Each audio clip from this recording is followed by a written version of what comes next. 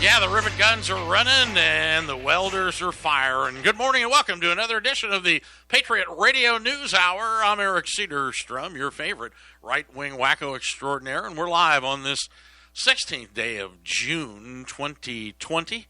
It's a great day to be alive for us pandemic survivors that are still alive and kicking, and this show is brought to you by the Patriot Trading Group. We offer gold and silver, real money, real American money.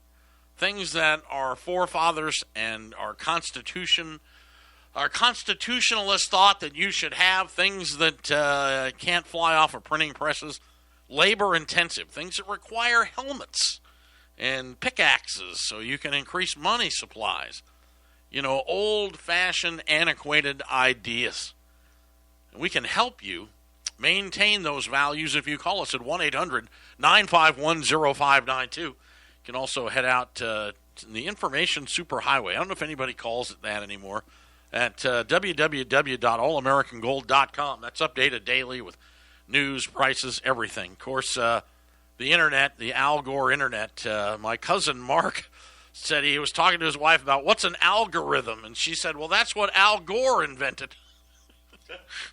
An algorithm.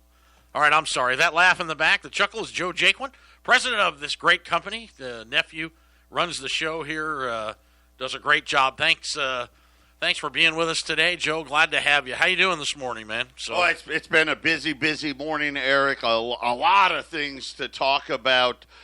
We had retail sales out today, and everybody was really excited. A big bounce back from April to May as businesses reopened. We also have Jay Powell giving testimony in front of Congress, the biannual, twice a year, the Federal Reserve chief has to talk, and it's really, again, all of these numbers we are hard to realize when you see record this and record that. We had the largest drops on record.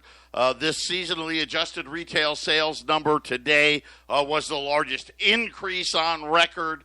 But when you look at year over year, retail sales in May down 6% year over year, which leads me to believe once again the seasonal adjustments are quite heavy from the Federal Reserve. I mean, you think about all the things that aren't in action. New York still hadn't opened in May, as an example. The whole state was still closed, right? Disneyland's not opening. Disney World's not open, right? All of these things. So there's a lot of season in the numbers. The V recovery is happening in the equity markets. This morning, I listened to Kramer a little early, and he was talking about McDonald's, and the large corporations are actually starting to do very well, simply because most companies didn't have 4 months of payroll and expenses put away. So they're independent. The little burger joints that if you say, well, I'm not going to go to McDonald's anymore, I go to, Bob's Burger, for lack of better words, or Pete's Burger, or Joe's Burger. Those guys apparently didn't make it. Well, you think about this Caterpillar, the worst sales on record in their company's history, right? And you look at automobile sales and how far down they are. You talked about McDonald's. Listen, McDonald's sales were still down 5%. Right.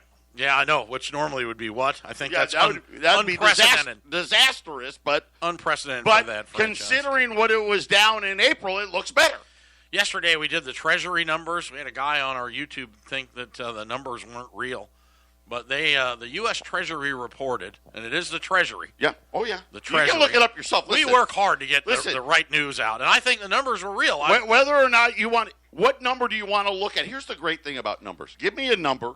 Well, give us the FICA number. And I can give you a good or a bad depending on what number. It's like McDonald's, right? I can make that negative 5% look really good, or I can make that negative 5% look really bad. Well, you have a Treasury statement. You have a Bureau of Labor and Statistics with a statement. You have a household survey with a statement. Now, the BLM and the household, those are surveys.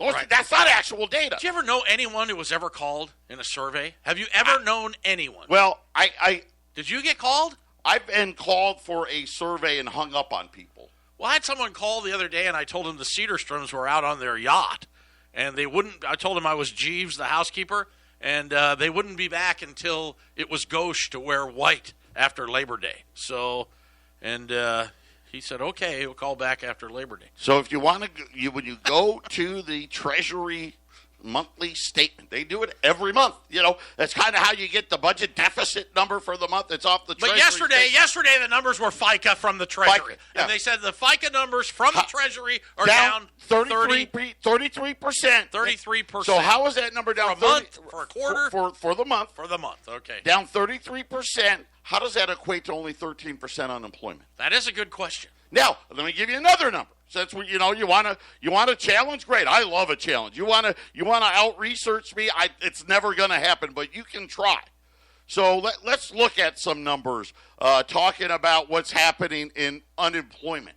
According to, and I want to quote the sources here. So yesterday it was the Treasury statement, and you can get it. It comes out every month, and it's an Excel spreadsheet. Takes about 5 minutes to load it onto your computer if you're so inclined to do so. Today, we got a number that I think it was 33 million, may have been 30 million people got an unemployment check. Okay? 30 million people got an unemployment check. This week? According to the government. Or total. But they only said 21 million people were filing continuous claims. Well, figures lie and liars figure, but you never know where you're going to end up in that equation on any given day. But here at the Patriot Radio News Hour, we work hard to separate the wheat from the chaff. Stay with us. We'll be back after these messages.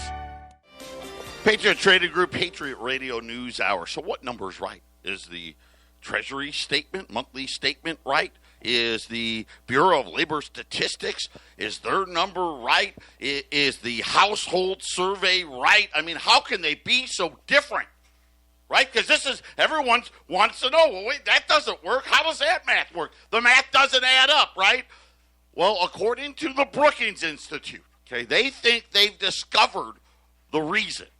Okay, now, take it for what it's worth. Again, this is just me telling you what they're saying.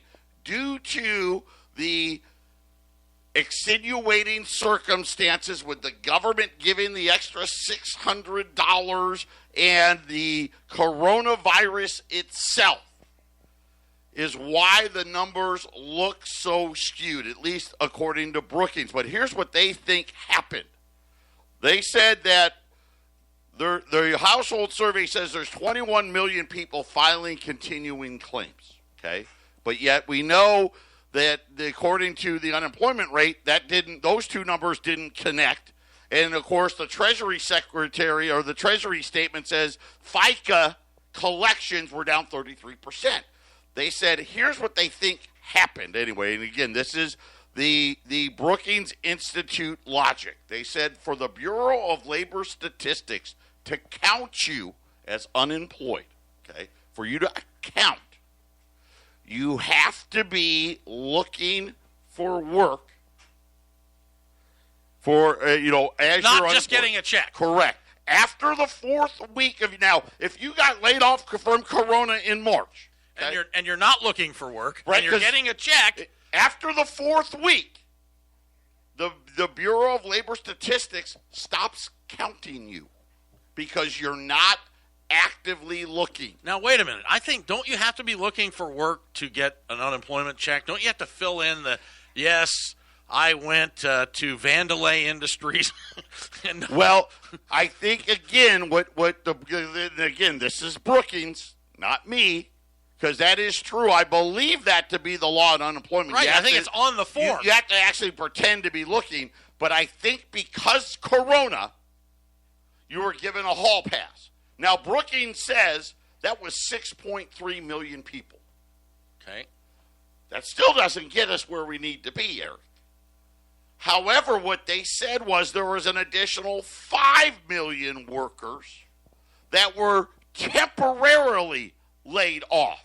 You know what's In so other weird? words, they were under the furlough category, which they said was inadvertently mislabeled. That was when the Bureau, remember, they came out and said, hey, the next day, They came out and said, that 13% number may actually have been 16%. You know what, though? They that didn't even was bother. for these furlough workers. They used to, even tell you they'd add salt and pepper and seasonally adjust them. They don't even bother to do that anymore. Everything is gospel when it comes out. So this is the number. So according to the Brookings Institute, the numbers that we got last Friday were off by 11 million. Well, and actually, which way? 11.3, not to the good. Oh, okay.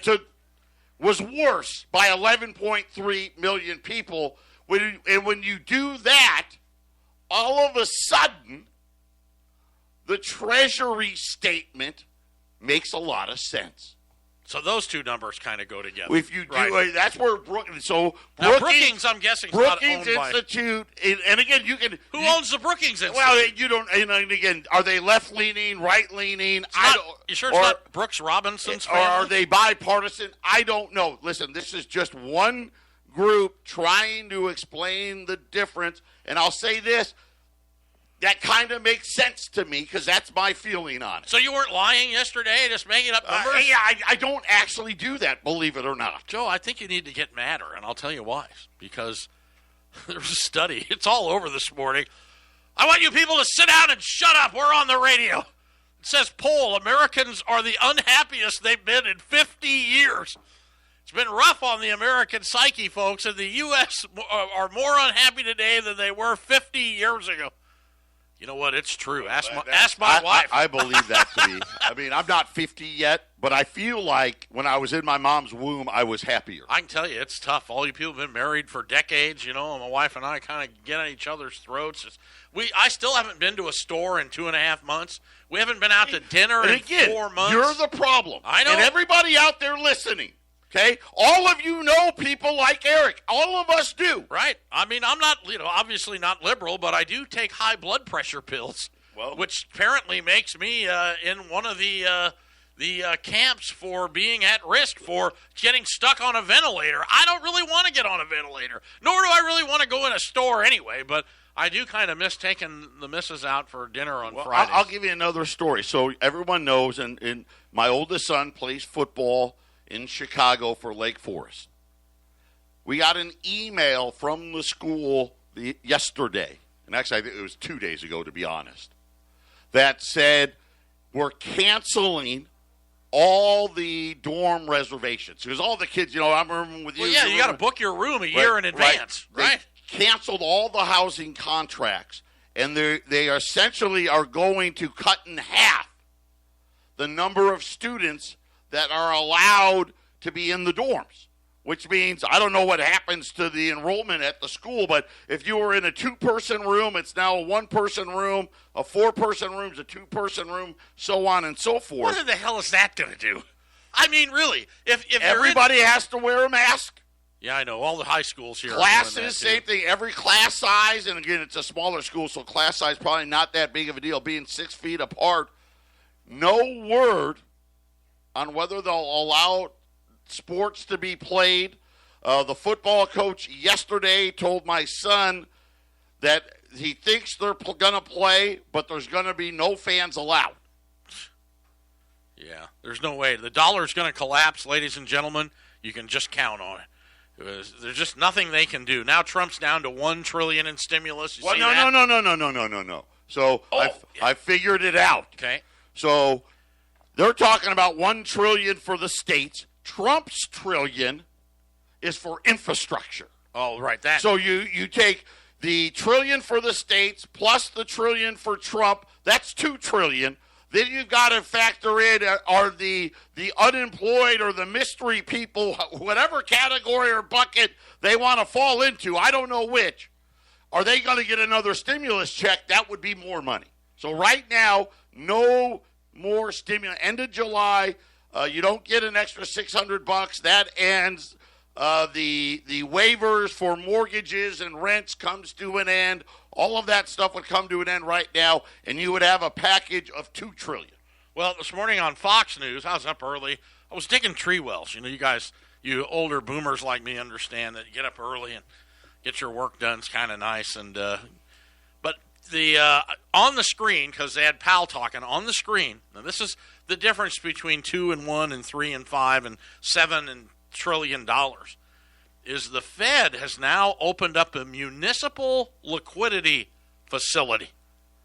This is why you don't need Nancy Pelosi's anymore. You don't need anything. The Fed has opened. Now, these are for all the cities who can't make payroll. These are for all the states, all the counties, everything. A municipal liquidity facility. I saw it go by my screen, and I went, what? Wait a minute. Yesterday they announced that they were saving the stock market by buying all the corporate debt. Stock market was down 900 points early in the morning, finished up 150 on the news that the Federal Reserve was going to start buying corporate debt, and specifically corporate debt of companies that maybe are either right before junk status and into junk status. Today's 800 points. The Federal Reserve established the municipal liquidity facility to help state and local governments better manage cash flow pressures in order to continue to serve households and businesses in their communities. This is just to pay bills. Right now, I'll use L.A. as an example. They can't pay the overtime paid to their cops. Right. Because they don't have any money. So how much do you think this is? How much the window? Now, remember, the Fed has to, sell $50 million in bonds, or 10 to 1, $500 million in bonds to issue $500 billion in credit. Correct. Right. $500 million would equate to $5 billion. What's funny is they loan the money to the banks, whatever bank it is, J.P. Morgan. Oh yeah, well the banks love it because they get the VIG on it. Not that it's a big VIG, but they get a VIG. So the Fed creates the digital currency, gives it to the bank, and then the bank buys the treasuries, and then the Fed can create the treasuries 10 to 1 on fractional banking. So with $500 million, they now created $500 billion more this morning of short-term notes directly from the U.S. states and the District of Columbia, the U.S. counties with population of at least 500,000 residents, and U.S. cities with a population of at least 250,000 residents. So, again, if you're in a rural area, like everything, you don't get nothing. Eligible state-level issuers may use the proceeds to support additional counties and cities, in addition to the primary and secondary markets for municipal securities, and will evaluate whether additional measures are needed to support the flow of credit and liquidity. Now, this doesn't help with the pensions. This is just to try to get by on a day-to-day basis. Day-to-day basis, make payrolls, keep the lights on. Now, if you're doubting the validity of that, you may go to federalreserve.gov. See, we give you where we get it from. Monetary policy, and you can, parse it for yourself. 1-800-951-0592. The Dow's up 500 points. Gold's up 10. Oil's up 0.5%. Oil's at $37.30.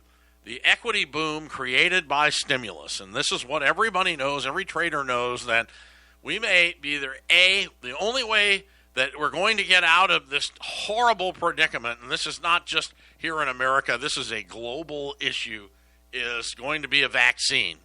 Barring that the only thing left is stimulus.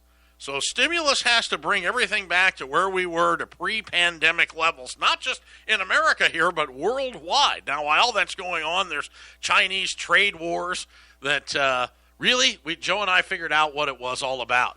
It turns out that part of the Trump trade war with China, one of our demands was allow American Express to issue credit cards to Cha Ching and his wife. And that's what happened. There is a big piece of that for the financial sector. Yesterday, Wall Street Journal. Again, if you want to check us, go ahead. Wall Street Journal. Okay. Oh, I got it. American Express is now selling credit cards to the Chinese, right? And that all came from the Phase 1 deal with the Chinese. Of course, now the Chinese, are they honoring that Phase 1 deal? Apparently not, but irrelevant to that. So you want to put an American Express? Amex is now selling credit cards. So all of a sudden, it is kind of funny. We haven't really heard too much more about the soybean shipments. Remember, they were getting all fired up about it. The media, hate China, hate China, hate China. And all of a sudden, the hate China talk has died down a little bit. And I wonder if it's because American Express, the Chinese have signed off, and Amex is now issuing cards in China. Well, look how unfair it is. In China, HSBC, everybody's got an HSBC credit card. They don't know what it stands for. 90% of the people running around the world doesn't know that's a Hong Kong, Shanghai bank, HSBC. So, sounds American, though, kind of like the J.D. Power. That's American, I'm J.D. Power. Here's another little problem, too, that's brewing in the world is refunds. The refund demands are now leading to a cash crunch for corporations. Payment processors tell customers they'll take care of the nagging details, but lately they are emerging as yet another headache for businesses hit hard by the new coronavirus. This is your PayPal, and Stripe, Venmos, Square, and whatever it may be. These are the growing popularity of these payment apps. All of a sudden now, when you want to get your money back, they have a little problem. Yeah. Apparently, they're going to have to wait. So the payment processor doesn't have it. So that's interesting, isn't it? So, just more fun and frolic with the socioeconomic destruction of America. With your favorite two right-wing wackos, the Tinfoil Nation continues. It's halftime here on a Tuesday, but every day is Tuesday now. We'll be back. This is the Phyllis Schlafly Report, presenting a daily conservative pro-family perspective since 1983 and continuing the legacy of Phyllis Schlafly. Now, from the Phyllis Schlafly Center Studios, Ed Martin. The liberal takeover of American culture is undeniable. Everyone knows television, movies, music, and just about every other form of mass media is dominated by a leftist outlook. The slippery leftward slope of Hollywood is just as undeniable. What was considered unthinkable a generation ago is now embraced with open arms. What was tolerated by our parents is considered an inalienable right now. As our media goes, so goes the rest of our society, and I fear our republic with it. Nothing I just said is shocking to anyone. However, what shocks me is that no one seems to care. We just accept the Hollywood lies as inevitable and let them go unanswered. For me, Hulu's new series claiming to document the life of my mentor Phyllis Schlafly was a breaking point. They spent $50 million saying that their series was supposed to be entertainment that's, quote, based on true events, end quote. One reviewer even said that their fictionalized version was, quote, more illuminating than a documentary, end quote. Of course they don't care about history. They don't care about truth. The only two things they care about are money and power. The money comes when they get lots of people to watch it, and the power comes when they destroy the legacy of a conservative titan like Phyllis Schlafly. Remember, this is bigger than you and me. Hollywood is targeting our children to turn them against us, against America, and yes, against God.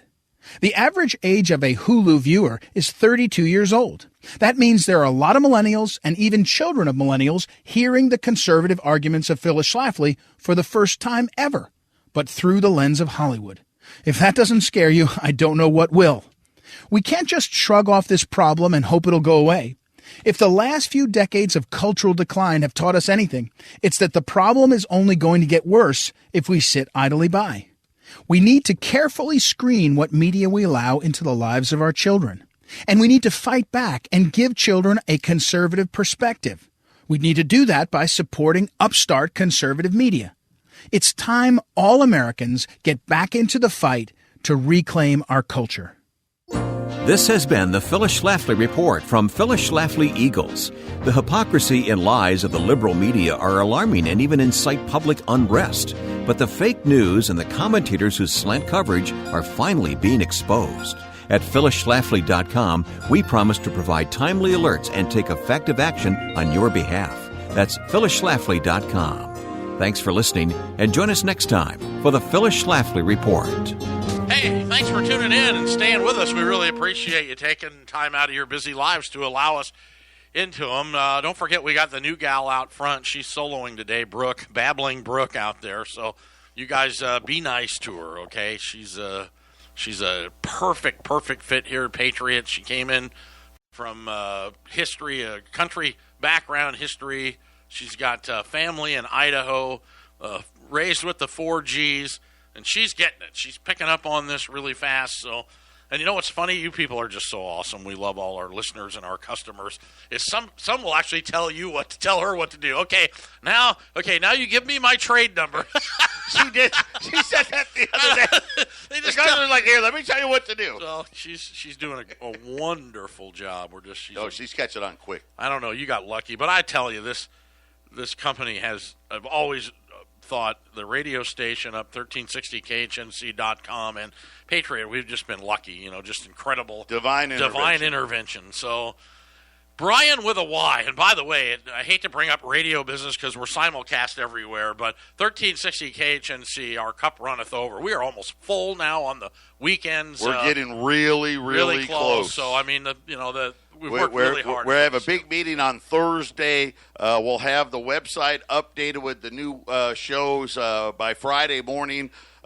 Jason's already been talking to several more people, so we're filling up quick. We just want to thank everybody for the tremendous support, and this is a family, and the new people tell us when they come in that everybody's so nice that they treat me like family, and when you come in here, you are family, and that's the one thing that we've always been about here. We try to do business and support each other, like-minded, and the generosity and intelligence of the listening audience and everyone that I've been lucky enough to become acquainted with. And people run businesses and they say, I'm not here to make friends. I always ran the businesses I was. We're here to make friends. I mean, it's what we've done. It's how we've run it. Well, so, the old saying, if you can't screw over your friends, who can you screw over? That's right. I mean, come on. You can pick your friends, but you're stuck with your family. So now you're family. Anyway, an interesting thought. Joe was talking about, that the colleges don't know what to do. They don't really know what the protocol is going to be. And if Johns Hopkins University started all of this, if you remember, they shut down the basketball tournament, which is what started it. Well, you forget about that. Right, March Madness. Shut down March Madness. He shut it down, and then the NBA's like, well, what are we going to do? I mean, we're not going to... They shut down the NBA, right. Baseball. Today, the commissioner's like, that's it, season. We're not even going to play. It all started with that, with Johns Hopkins. So now, the one thing that nobody knows... Damn that Johnny Hopkins. So you get to Joe doing numbers from the Treasury and from the Brookings Institute and the BLM, and it's just like getting data on the coronavirus. Right. Does it kill you? Do people run around and don't know they have it? Right. Is it that you're going to be on a ventilator if you're guaranteed if you're this age? And this is what we're dealing with, the age of misinformation, and so much of it. I mean, somebody could come out and say, I have the cure, and if they're not selling stock, nobody will pay attention. Good point. People won't know it. They won't know if it comes because they're like, well, this guy says it, but there's 900 other stories that say they don't. So the age of doublespeak is here. Misspeak, I mean, we're just trying to separate it. But yesterday on our radio station, which is why I brought up 1360 KHNC, we do an afternoon show with Jason and Brian with a Y. And Brian, talk about family. His father was a customer of mine a quarter century ago. So we're now into generations of doing this, and he talked about on the show yesterday about the CHOP or whatever, Chaz, right. Or well, whatever. Chaz is now CHOP, right. I guess. Right. That's the Seattle community there that's overrun the 7 blocks of downtown. Right. So apparently, if you're a Husky football player, you don't need a dorm room; just get a tent. Right. Right there, you can stay for free. But he brought up an interesting point. That what if it was the Branch Davidians that were occupying downtown Seattle? Oh, Waco. It's brilliant. Never thought of that. Brilliant. Do you think if Randy Weaver was the leader, right, or David Koresh, yeah. If it was the Branch Davidians or Christians occupying, if the white supremacists were there, right? Same thing. If that was the case, would we be seeing completely different response from Jay Inslee and Mayor Jenny? I just thought it was a great point. No one's brought that up yet. So apparently, the Branch Davidians were in their own property that they bought. That's the difference. The people that are occupying CHOP didn't pay for anything. Right? When you own your own property and you're in there going, leave us alone. No, you're Christians. You're coming out of there. But apparently, if you're a nihilist, you don't believe in God, country, or family, and if you get out of line, that you're defacing everything, and if you get out of line, we're going to riot. We're going to riot. That everybody's afraid of you and you got to bow down. God bless America, what's left of it, and God bless our President Donald Trump, because he threatened this morning to crack down on Seattle again. And the anti-police brutality protesters who've taken over several blocks of the city unless municipal and state leaders move to reclaim control of the streets. You know, it's interesting. They're a sovereign nation, and I'm like, well, where's their Navy? You know, do they have a Navy? They're declaring themselves a sovereign nation? What do they have? Well, that's been their point the whole time. So, you know, if not that, at least an Indian reservation. I don't know. So he says if Washington doesn't do their job, you know, Washington, Seattle, whatever, if they don't do their job, I'll do the job. Told reporters at the White House, adding that he's discussed the situation with Attorney General William Barr, and that there are 10 different things he can do. What's the strategy here for Seattle? If you're the mayor or the governor of Seattle, what is your strategy? They're going to get tired and eventually go home? I guess, I don't know. What? They can't starve them out because apparently their parents are making them sandwiches and FedExing them into the zone.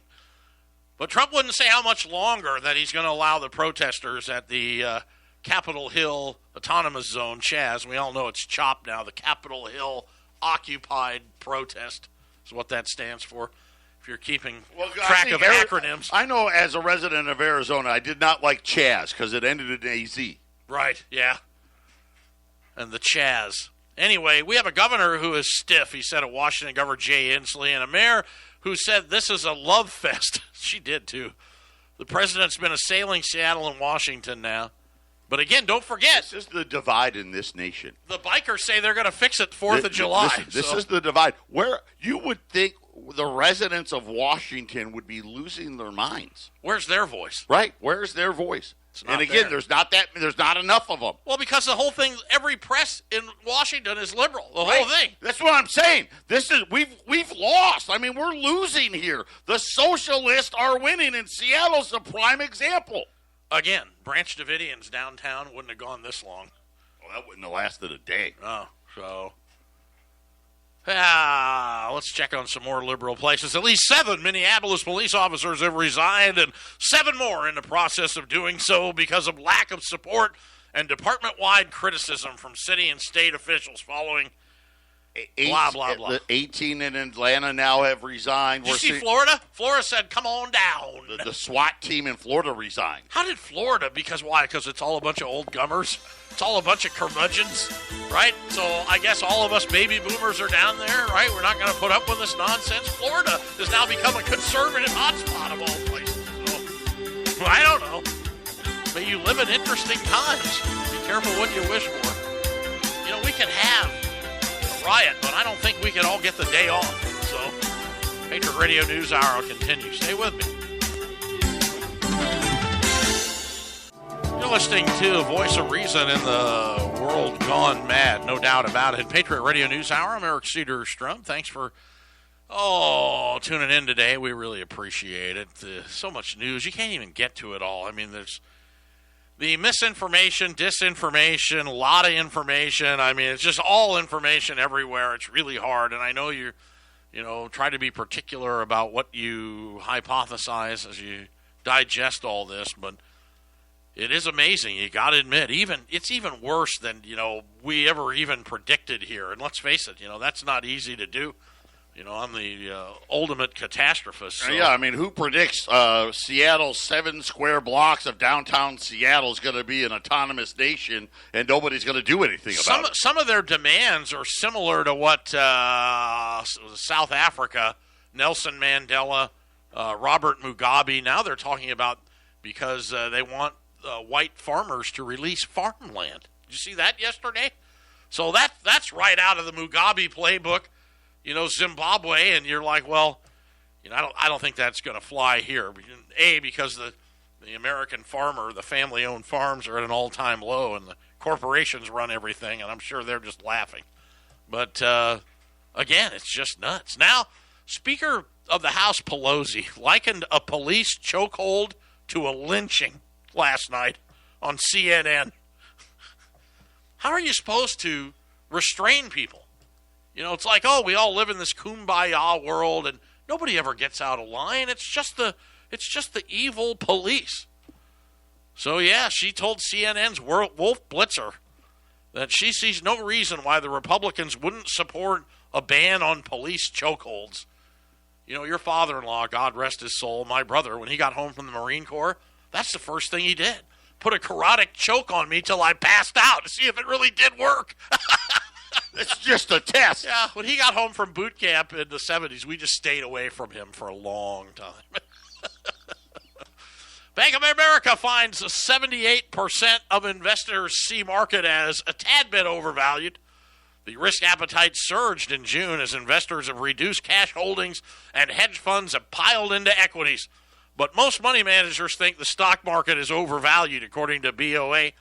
The 7-day poll that ended June 11th, again, they didn't call me, just as the S&P 500, its worst drop since the March turmoil last week, indicated that fund managers are slashing their cash positions and piling into equities. Now, this is something, it's the worst ever.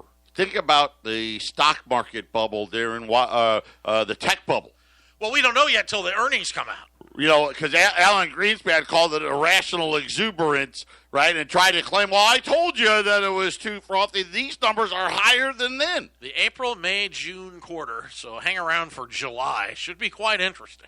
Well, the banks have a cure for it. Now, all these guys that are coming out on TV to try to justify why you should be buying are now saying, well, if you go to 2022, forget about 2020 and 2021, we're going to pretend it never happened. But based on our projections for what these companies are going to do in 2022, we're only at 19 times. So it's all fine. You know, the world that we live in, a lot of people, you know, especially here, the circle that we travel in, and I talk to hundreds of people on busy days, and I gather a myriad of opinions, but what's amazing is that, you know, even the farthest right tinfoil conservatives believe that Trump was put in place for a reason.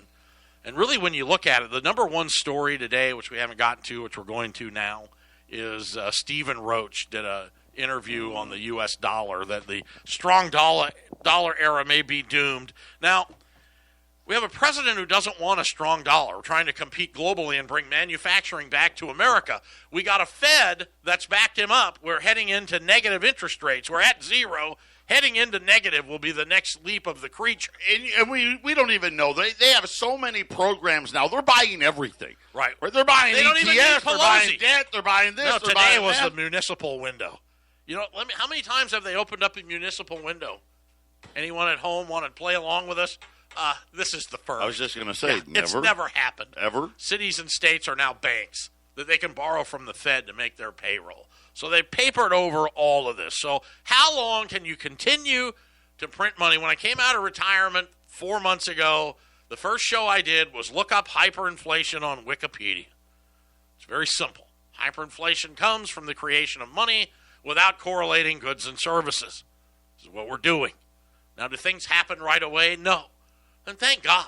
I mean, nobody's praying for the economic demise of the United States of America. Quite the opposite. I want to see us get out of this. Don't forget, I've got children and grandchildren. I'd like to see them grow up in some semblance of what was, you know, once this great country. So, and again, where we're going, the money that has to be created, part of the demands also yesterday out of the CHOP was reparations for African Americans, descendants of slaves. Of course, the Black Entertainment Television founder and president. He said it's only 14 trillion, but yeah. they've come to a compromise. They just want monthly lifestyle payments. Oh, lifestyle. So they just want payments every month. Lifestyle of the rich and famous. You know, started to read a book by Philip Wyeth. He's a listener here and a customer. That he wrote a satirical book about they created a reparations department like the Homeland Security, and there's creditors and debtors, and they go back and your family tree. And if your family ever owned slaves, you owe money. This is the family you hurt. You owe them monthly payments, and they actually create. Everybody's got to get a test, right? Right, and by historical documents. So I'd be in a lot of trouble. I come from Viking blood, so depending on how far back they go, I owe a lot of money to people. So what your ancestors did is who you're going to pay now, and they create this huge bureaucracy that employs all these people. And the sad thing was it was written 3 years ago, and I think it may come to fruition. So it may happen. Yeah, we're going to look up your family tree and see what part of this you may get taxed every year because you were part of the problem. Remember, it used to be that governments can't hand out money unless they offset it somewhere. Now, right. Remember when Obama was president, everybody was losing their mind because he ran a budget deficit of $1.2 trillion at the height of the financial crisis when we were fighting 2 wars. Now we're going to run, a $6 trillion, $5 trillion deficit, and nobody seems to care. Nah, it's all good as long as they just keep handing out money. Why not get a television and an Xbox, too, Let's just complete it. It'll calm everybody down. I don't know, man. It's getting crazy. We'll talk about the dollar when we get back.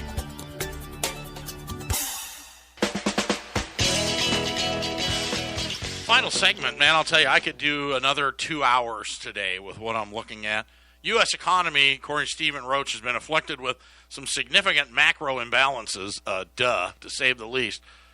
For a long time, though, namely a very low domestic savings rate. And that, of course, the issue. The states have made up for that, and they're handing out money with stimulus, but it can only go so far. They better hurry up and get some more out.